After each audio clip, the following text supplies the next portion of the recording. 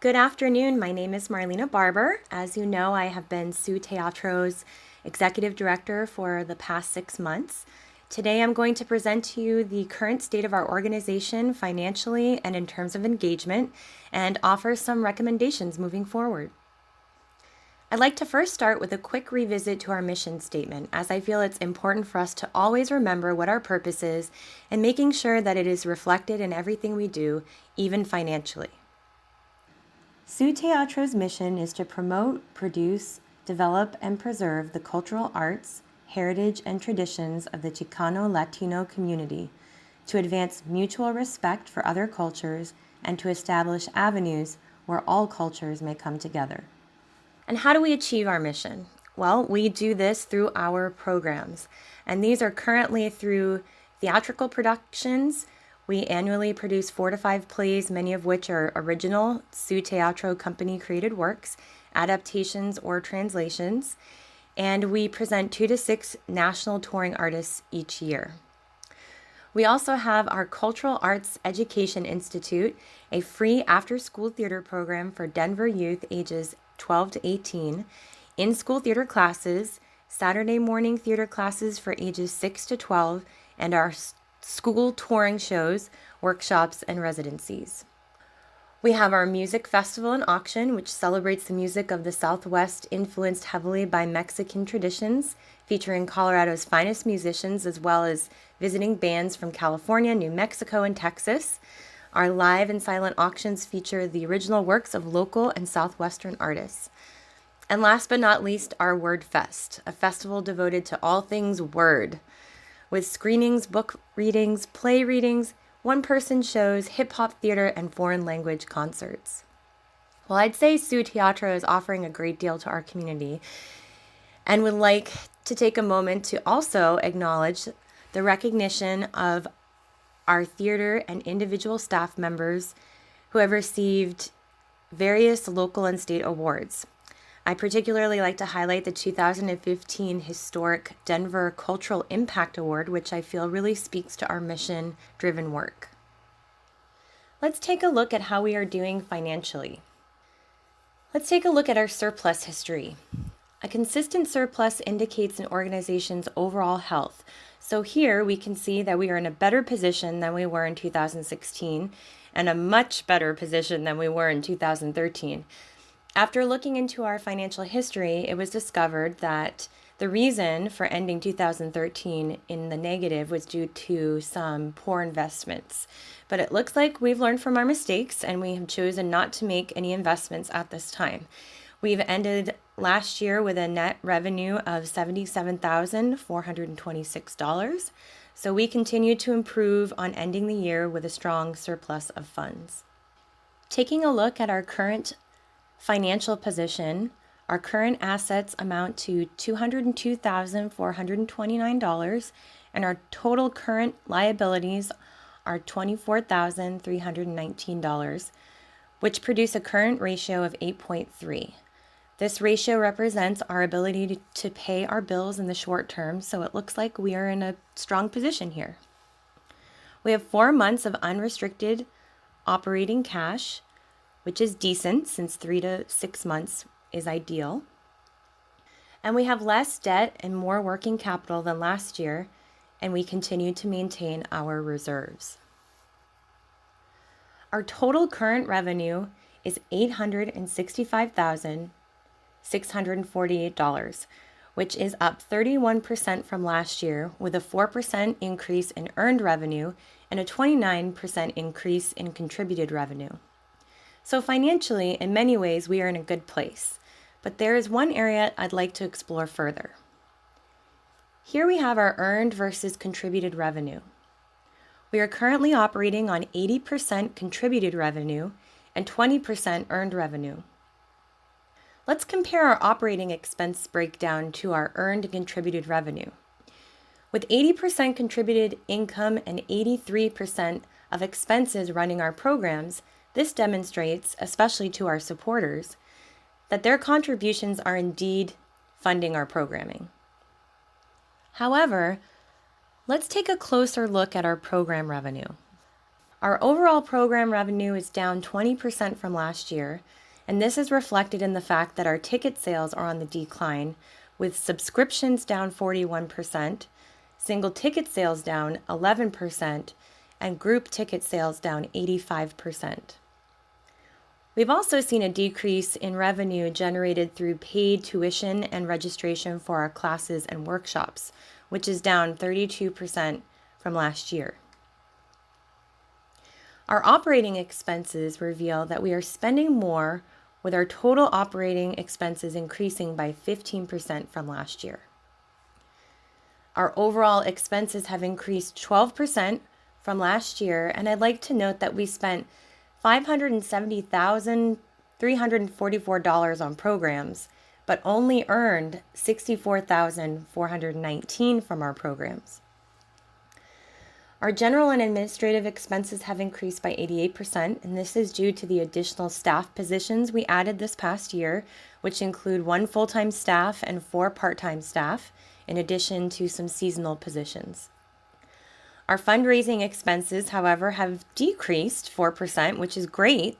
We've improved on our fundraising efficiency from last year, spending a total of 7% of our total operating revenue on fundraising, compared to the 9% last year. And we're spending less and making more, generating $14.05 for every dollar we're spending. I'm now going to move on to talk a little bit about engagement. Here are the different ways in which people can participate in person at SU Teatro. They can attend theatrical performances and film screenings, which are measured in numbers of tickets sold. They can register and attend classes and/or workshops. They can attend a field trip and attend one of our festivals, which all 3 are measured in attendance numbers. Our annual report shows that we're up 22% in our overall in-person participation. This seems pretty good, right? Well, let's take a closer look at some of these individual areas of participation.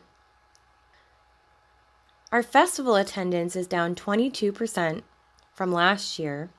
Our field trip participation is down 38% from last year. And our registrations for classes and workshops are down 80%, which is really shocking because our classes and workshops are free.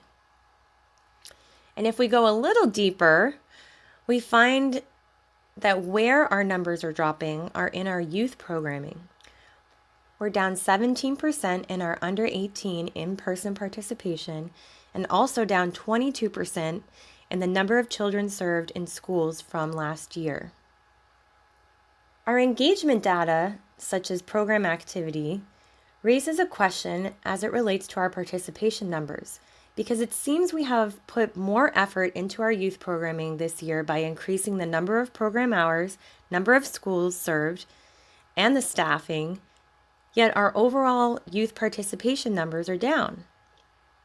And since we're talking about attendance, let's take a look at attendance from our most recent production, The Revolutionist, a play by Corky Gonzalez about an aging revolutionary stuck in his past.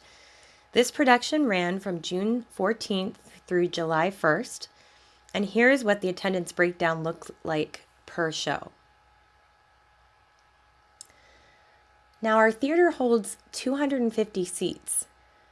We didn't have any attendance recorded for 2 potential Sunday matinees, so our lowest count was 19 on Friday, June 15th, and our highest count was on Monday, June 18th, which looks like it might have been one of our school field trip shows. Looking at this chart, we can see that we aren't even filling our theater to half of its capacity on average. Here's a look at our box office report. We made a total of $7,447.10 in ticket sales for the entire run of The Revolutionist, a total of 12 shows. And as you can see, we've also generated show revenue through concessions, tips, and the gift shop. Let's do a quick calculation to determine what our potential revenue could have been for this show. If we take our 250 seat capacity and multiply it by the number of shows, 12, we get 3,000 potential seats or tickets available. To determine the potential revenue, we take those 3,000 potential seats and multiply by all ticket prices in proportion. This show offered tickets at $20 for general admission and $17 for students. That gives us an average of $18.50 per ticket price. Our total potential gross ticket revenue comes to $55,500. Wow. That's $48,052.90 of missed revenue opportunity. So what does all of the information that I've presented to you mean? It means that we're currently experiencing low attendance, which affects our ticket sales and other programs, which therefore has generated low program revenue and brought the organization's overall earned revenue down. This brings me back to the earned versus contributed revenue pie graph from the beginning of the presentation. With 80% of our revenue from donors such as Artworks, the National Performance Network, Colorado Creative Industries, Western States Arts Federation, other foundations, corporate sponsors, and individual donors, we need to be able to justify why we need their funding and how we are using it. Reporting low attendance numbers may not convince our donors to continue to support us. In the past year, we have increased the number of schools we serve and the number of hours of programming and have added new staffing, yet we have not seen the result of those efforts in increased attendance. So I think within this next year, we'll need to take a look at the content of our programming, possibly the delivery, and do a bit of research on how we might better engage and serve our community.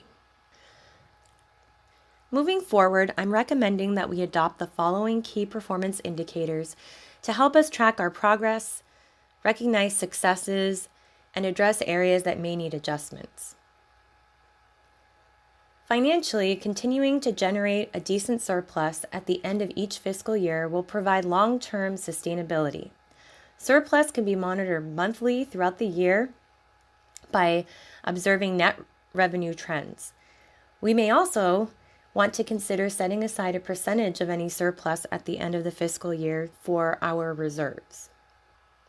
Though we have benefited greatly from the generosity of our donors, maintaining a balance of our earned and contributed revenue will demonstrate to our supporters that we are doing our part to support our organization and not relying completely on contributed funds.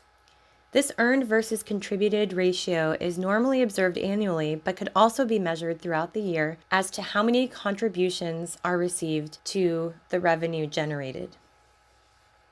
Our return on program investment can help us monitor our program spending as it pertains to how much we are actually earning from a program. A good number of our programs are free, but with our engagement numbers on the decline, we will want to monitor the return on our efforts. This can be measured on a program-by-program basis, for example, after each show cycle, class, or workshop, but may also be measured as total program costs monthly and annually. In terms of engagement, capacity sold will help us gauge how well we are doing with ticket sales. We can set ticket sale goals to track daily and weekly to know if we need to adjust marketing strategies to increase attendance for a specific show. Our box office manager and assistants will collect this data and report to the marketing director and executive director.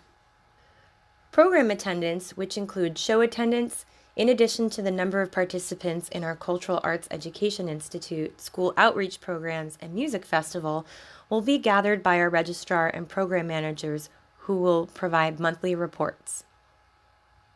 Thank you so much for your time today. I hope this presentation gave you some insights as to our current financial position and areas we need to improve in terms of engagement. Overall, I believe the future is bright for Sioux Teatro. Through setting some strong goals and KPIs to measure our progress on those goals, I believe we'll continue to provide our community with the valuable mission-driven work we are already carrying out.